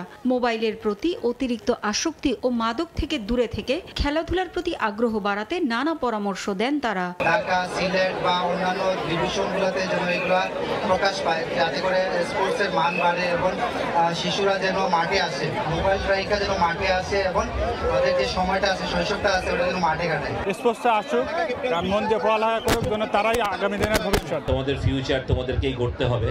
ডেফিনেটলি শিক্ষক শিক্ষিকারা তোমাদের পাথর, তারা তোমাদেরকে ডিসিপ্লিন শিখাবেন, সব কিছু হবে, বাট তোমাদেরকে তোমাদের ডিসিপ্লিন তোমাদেরকেই মেনে নিতে হবে। এই প্রচারণা শুধু চট্টগ্রাম নয়, সামাজিক দায়বদ্ধতা থেকে দেশের বিভিন্ন প্রান্তেও ছড়িয়ে দেওয়া প্রয়োজন বলে মনে করেন ক্রিকেটাররা। পারভিন আক্তার, সময় সংবাদ। বিগত আসরে দল গঠনের আগে ফ্র্যাঞ্চাইজিগুলো বিসিবির কাছে ব্যাংক গ্যারান্টি জমা দিলেও এবার কেন সেই নীতিমালা মানা হয়নি তা নিয়ে প্রশ্ন তুলেছেন সাবেক পরিচালক খন্দকার জামিল উদ্দিন। এ কারণেই ক্রিকেটারদের পারিশ্রমিক না পাওয়ার মতো ঘটনা ঘটেছে বলে মনে করেন তিনি। এছাড়া নানা অব্যবস্থাপনায় বিপিএলের উপর থেকে বিদেশি ক্রিকেটারদের আস্থা নষ্ট হয়েছে বলে মত জামিলের। কিন্তু বলা হতো যে আইপিএল এর পরেই বিপিএল, কিন্তু সেটা কিন্তু আস্তে আস্তে তলানির দিকে নেমে যাচ্ছে। বিপিএল এর নীতিমালায় আছে ফ্র্যাঞ্চাইজিগুলো টুর্নামেন্ট শুরুর আগে প্রতিটা ক্রিকেটারকে দেবে 50% অর্থ। বিসিবির কাছে জমা রাখার নিয়ম ব্যাংক গ্যারান্টি। বিগত আসরগুলোতেও মানা হয়েছে এই নীতি, তবে ব্যতিক্রম এবারই। ব্যাংক গ্যারান্টি জমা নেয়নি বিসিবি, ফলাফল অর্থ না পেয়ে রাজশাহীর অনুশীলন বয়কটের ঘোষণা। তবে এবার তো হওয়ার কথা ছিল না এমনটা, তারপরও কেন হলো এমন? বোর্ডের কাছে প্রশ্ন সাবেক পরিচালকের। বিপিএলকে একটা ব্র্যান্ড হিসাবে বিশ্বব্যাপী পরিচিত করতে চান, তো এইটা তো হতে পারে না যে প্রাইমারি দুটো কন্ডিশন ছিল যে খেলোয়াড়দের খেলার আগেই 50% টাকা দিতে হবে, ফ্র্যাঞ্চাইজিগুলোকে ব্যাংক গ্যারান্টি জমা দিতে হবে। দুইটা প্রাইমারি কন্ডিশনের একটাও ফুলফিল হয় নাই। সেই হিসেবে বিপিএল আপনি শুরু করলেন কিভাবে? এই প্রশ্নটাই তো সবার আগে উঠবে। রাজশাহী শ্রীলঙ্কান ক্রিকেটার সামারাকুনো বলেছেন অর্থ না পাওয়ার কথা। অনেক দলের দেশি ক্রিকেটাররাও নাকি বিসিবির কাছে করছেন এমন অভিযোগ, যা মান খারাপ করা ছাড়াও বিপিএল এর প্রতি বিদেশিদের আস্থা কমাচ্ছে। তাই জামিলের মতে বিসিবিকে হতে হবে আরও কঠোর। বিজনেস হিসেবে এটাকে নিচ্ছেন, কিন্তু যারা আপনাকে সেই বিজনেসটা এনশিওর করবে তাদের আপনি টাকা দিবেন না, সেটা তো হতে পারে না। এটা অত্যন্ত লজ্জাজনক, কারণ এটা তাদের রুটির প্রশ্ন। সেই রুজির প্রশ্নে তো আপনি কোনো ছাড় দিতে পারেন না। বিসিবি যদি কঠোর না হয় তাহলে কিন্তু এই তলানির দিকে আমরা কিন্তু নামতেই থাকবো। এদিকে গঠনতন্ত্র পরিবর্তন করা নিয়েও ঘটেছে নানা অনাকাঙ্ক্ষিত ঘটনা। ক্লাব মালিকরা বয়কট করেছে প্রথম বিভাগ ক্রিকেট লিগ। আসন্ন ঘরোয়া লিগগুলো মাঠে গড়ানো নিয়েও আছে হুমকি। কোনো কিছু প্রাথমিক পর্যায়ে থাকা অবস্থায় এমন খবর প্রকাশ হওয়ায় বিসিবির গোপনীয়তা নিয়ে প্রশ্ন তুলেছেন সাবেক পরিচালক। খসড়া আকারে একটা জিনিস করলেন, সেটা প্রথমত এই জিনিসটা বাইরে আসলো কিভাবে? এটা বাইরে আসাটাই তো একটা বড় প্রশ্ন, যে কিভাবে আসলো। তার মানে কি বিসিবির ক্ষেত্রে এই গোপনীয়তা বলে কিছু নাই? যারা গণতন্ত্র সংশোধনী কমিটি আছেন তারা কিন্তু এই ক্লাব কর্মকর্তাদের সাথে বসতে পারতেন, তাদের সঙ্গে আলোচনা করতে পারতেন। এছাড়া 5 মাসেও বিসিবির স্ট্যান্ডিং কমিটি গঠন না হওয়ায় হতাশা প্রকাশ করেছেন জামিল। এই যে 5-6 মাস চলে গেল, আমরা স্ট্যান্ডিং কমিটি গঠন করতে পারলাম না, এটা কি বার্তা দেয়? তামিম হোসেন, সময় সংবাদ, ঢাকা। বিপিএলের 28 ম্যাচ শেষ, শতভাগ জয়ের রেকর্ড নিয়ে পয়েন্ট টেবিলের শীর্ষে আছে রংপুর রাইডার্স। জিএসএল চ্যাম্পিয়নদের প্লে অফও নিশ্চিত। সেরা চারে জায়গা করে নিতে সুবিধাজনক অবস্থানে আছে ডিফেন্ডিং চ্যাম্পিয়ন ফরচুন বরিশাল ও চিটাগাং কিংস। প্লে অফের সুযোগ টিকে আছে বাকি 4 দলেরও, তবে দলগুলোকে মেলাতে হবে বেশ কিছু সমীকরণ। গ্রুপ পর্বের 42 ম্যাচের 28টাই শেষ।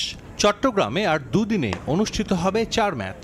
এরপর আবারও বিপিএল ফিরবে ঢাকায়। অবশ্য এর আগেই ভাগ্য নির্ধারণ হয়ে যেতে পারে বেশ কিছু দলেরই, কিন্তু পয়েন্ট টেবিলের হিসাব বলছে কাগজে কলমে এখনও প্লে অফে খেলার সুযোগ আছে সব দলেরই।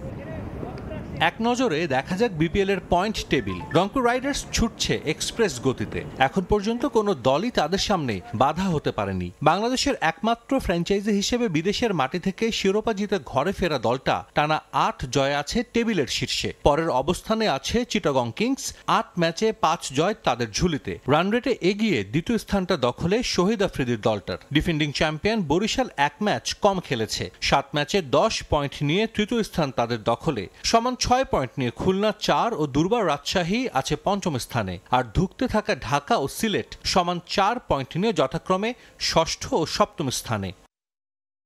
বাকি 4 ম্যাচের ফলাফল যাই হোক না কেন রংপুরের প্লে অফ নিশ্চিত। চিটাগং কিংস ও বরিশালের জন্য প্লে অফের সমীকরণ মেলানোটাও সহজ।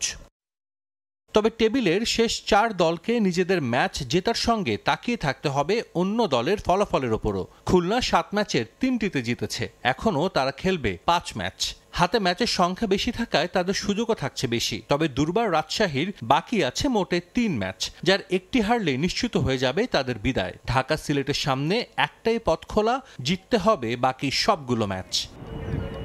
শুধু হার জিত না, পয়েন্ট সমান হলে দলগুলোকে তাকিয়ে থাকতে হবে হেড টু হেড ফলাফল ও রান রেটের দিকেও। সাজিদ মুস্তাহিদ, সময় সংবাদ। চ্যাম্পিয়ন্স ট্রফিতে বাংলাদেশের ভালো সম্ভাবনা দেখছেন বিসিবির পেস বোলিং কোচ তালহা জুবায়ের। তার মতে বিপিএলে ফ্ল্যাট উইকেটে বোলিং কাজে দেবে চ্যাম্পিয়ন্স ট্রফিতে। আসন্ন বিগ ইভেন্টে পেসাররাই ব্যবধান গড়ে দিতে পারেন বলেও বিশ্বাস তালহার। চট্টগ্রাম থেকে মাহবুব রিমনের রিপোর্ট। রানের খেলা টি-20 দর্শকদের সেই রানের স্বাদ দিতে উইকেট থেকে বাড়তি সুবিধা দেওয়া হয় ব্যাটসম্যানদের। তাতে চ্যালেঞ্জ বাড়ে বোলারদের, কিন্তু চ্যাম্পিয়ন্স ট্রফি ঠিক আগে সেটা কি হতে পারে হিতে বিপরীত? ব্যতিক্রম তাসকিন ছাড়া চলতি বিপিএলে টাইগারদের চ্যাম্পিয়ন্স ট্রফির স্কোয়াডে থাকা পেসারদের সবারই ইকোনমি 8-এর ওপর। এভারেজের হিসেবে হতাশ হতে হবে মিরাজ নাসুমদের পরিসংখ্যানে তাকালে। তবে আছে স্বস্তির ব্যাপারও। আইসিসির ইভেন্টগুলোতে দেখা যায় স্পোর্টিং উইকেটই। তাই তো প্রতিকূল পরিস্থিতিতে বরং নেতিবাচক নয়। বিপিএল এর মরা উইকেট টাইগার বোলারদের জন্য সামর্থ্য প্রমাণের। আইসিসির যে কোনো ইভেন্টেই আমরা জানি যে ব্যাটিং উইকেট থাকে, ব্যাটসম্যানদের ফেভারে থাকে, রানের খেলা হয়।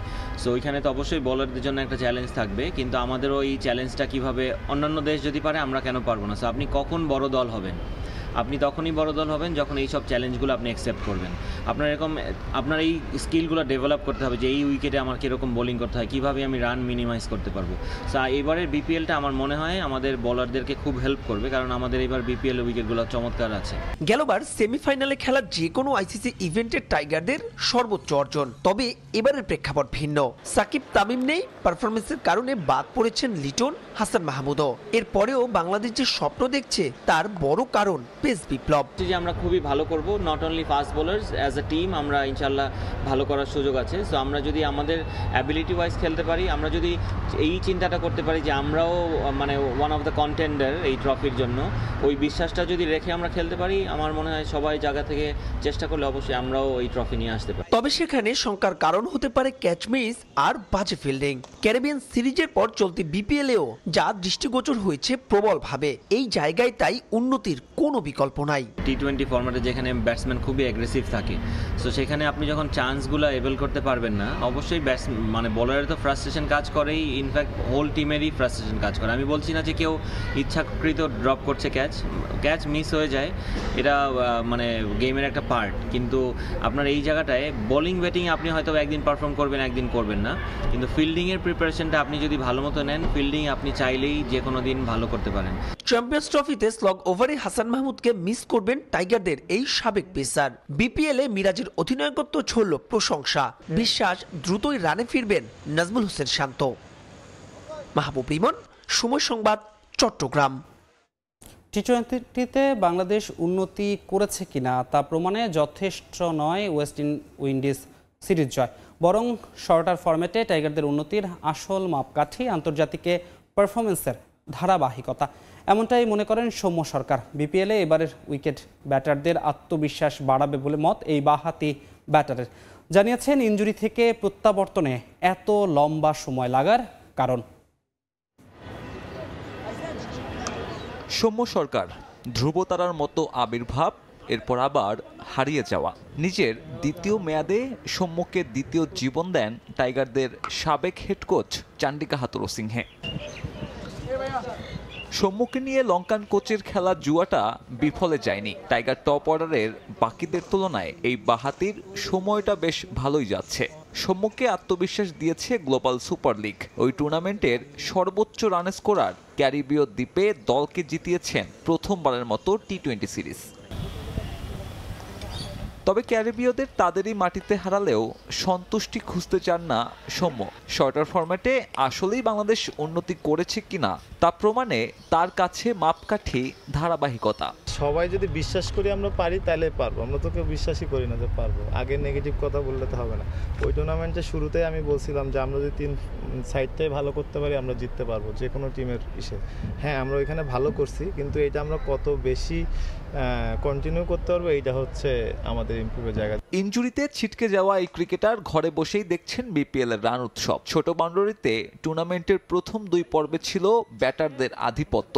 চট্টগ্রামে তা না হলেও উইকেট অনেকটাই ব্যাটিং বান্ধব। তাতে এই বাঁহাতির আক্ষেপ বেড়েছে আরো কয়েক গুণ। অনেক সময় থাকে যে খেলা থাকে না ইনজুরির টাইমে, তো ওই টাইমে গেলে একটা রিকভারি হয়। এখন ধরেন খেলা ছিল আর ইচ্ছা ছিল যে শুরু থেকেই খেলার, তো এটা খেলতে পারছিলাম না, এইটা একটা আফসোস ছিল। বিপিএলে দেখেন অনেক রান হচ্ছে, বলাররাও ভালো করতেছে। এইটা যদি আমরা ডে বাই ডে কন্টিনিউ করতে পারি তাহলে আমরা টি-20তেও এটা ইমপ্রুভ করতে পারবো। কারণ আমরা জানবো যে 200 রান কীভাবে করতে হয় রেগুলার, 10টা উইকেট কীভাবে নিতে হয়। তো এইটা যত আমাদের আয়ত্তের ভিতরে থাকবে তখন আমরা ওইখানে গেলে প্রেশারেও পড়বো না, আর প্রেশারটা ইজিলি আমরা হ্যান্ডেল করতে পারবো। উইন্ডিজ সফরে পাওয়া ইনজুরির বয়স 1 মাসের বেশি হলেও মাঠে ফেরা হচ্ছে না সৌম্যর। আঙুলের চোট কেন এত ভোগাচ্ছে সে উত্তরটা দিয়েছেন নিজেই। বাইরে ভালোর দিকে যাচ্ছি, এতদিন ধরেন ব্যাটিংই করতে পারতাম না, এখন ব্যাটিং করা শুরু করছি, ফিল্ডিংও আস্তে আস্তে করা শুরু করছি।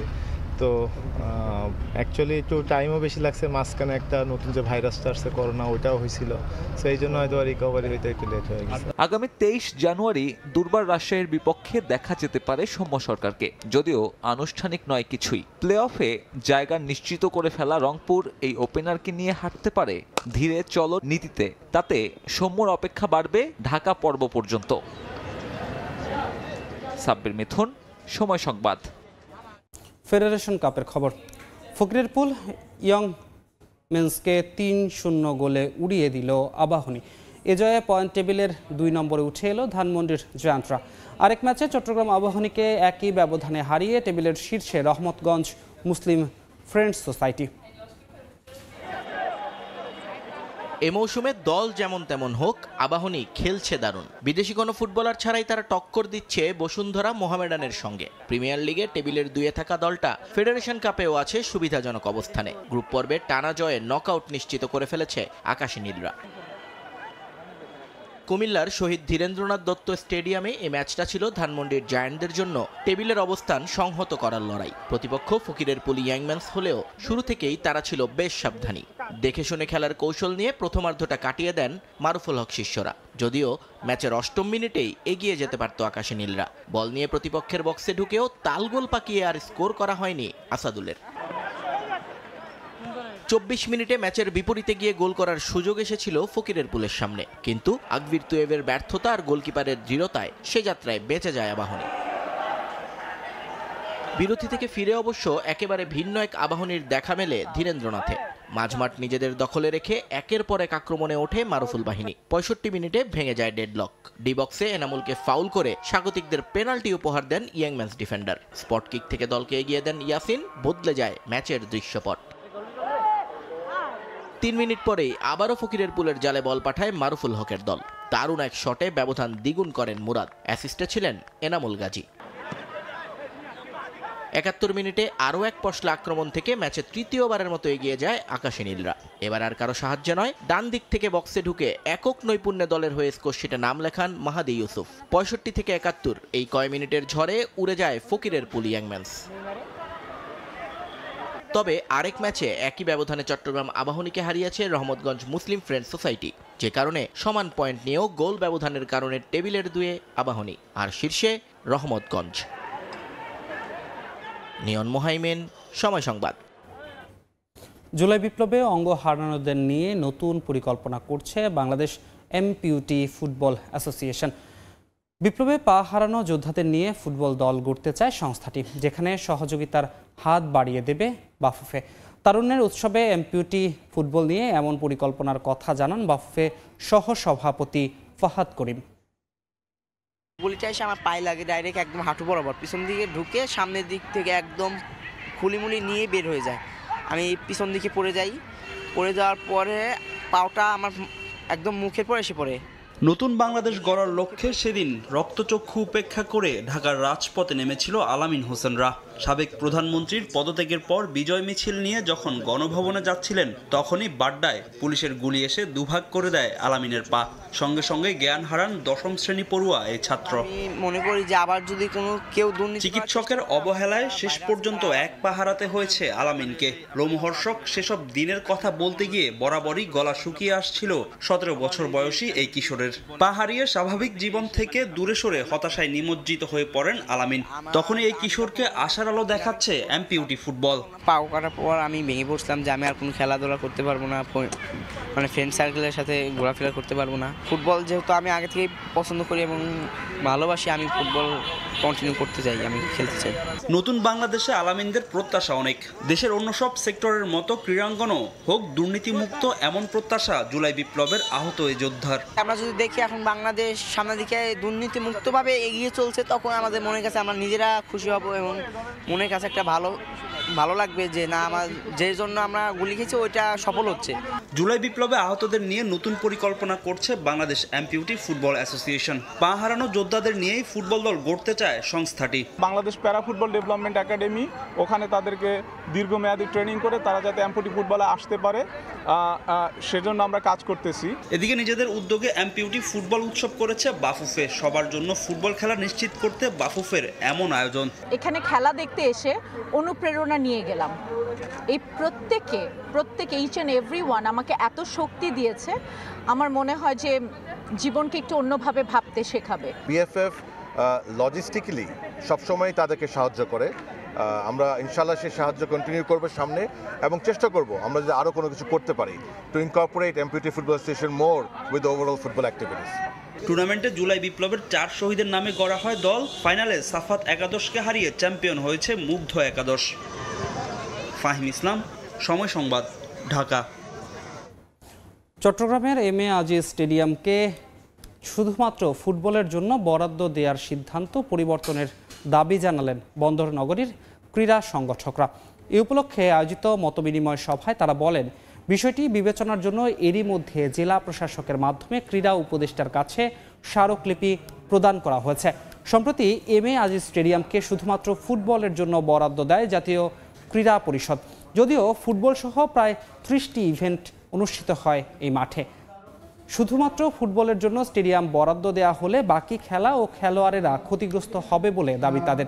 তাই এম.এ. আজিজ স্টেডিয়ামকে শুধু ফুটবলের জন্য বরাদ্দ দেওয়ার সিদ্ধান্ত থেকে সরে আসার আহ্বান জানান বক্তারা।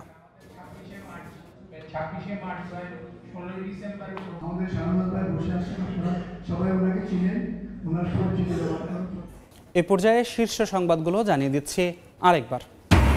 বিশ্ব অর্থনৈতিক ফোরামের সভায় ইউনুস সলজ্জের সাইডলাইন বৈঠক। গণতান্ত্রিক উত্তরণে সহায়তার আশ্বাস জার্মানির। রাখাইনে রোহিঙ্গাদের নিরাপদ অঞ্চল তৈরিতে সমর্থন প্রত্যাশা। পররাষ্ট্র উপদেষ্টার চীন সফরে সম্পর্কের নয়া মেরুকরণের ইঙ্গিত। তিস্তা মহাপরিকল্পনা নিয়ে নতুন আশা উত্তর জনপদে। ভূরাজনৈতিক জটিলতার অবসান চান অধিকার কর্মীরা। এনবিআরের ক্ষমতা কমিয়ে রাজস্ব আদায়ে সীমাবদ্ধ রাখতে চায় সংস্কার কমিটি। নীতি ঠিক করতে আলাদা কমিশনের প্রস্তাব ইতিবাচক হলেও ভবিষ্যৎ নিয়ে শঙ্কায় অর্থনীতিবিদরা। এবং অবৈধ অভিবাসীদের লুকানোরও জায়গা রাখছে না ট্রাম্প প্রশাসন। দীর্ঘদিনের নীতি ভেঙে অভিযান চালানো হবে স্কুল ও গির্জায়। রুশ যুদ্ধ চীনা প্রভাব নিয়ন্ত্রণেও আলোচনা।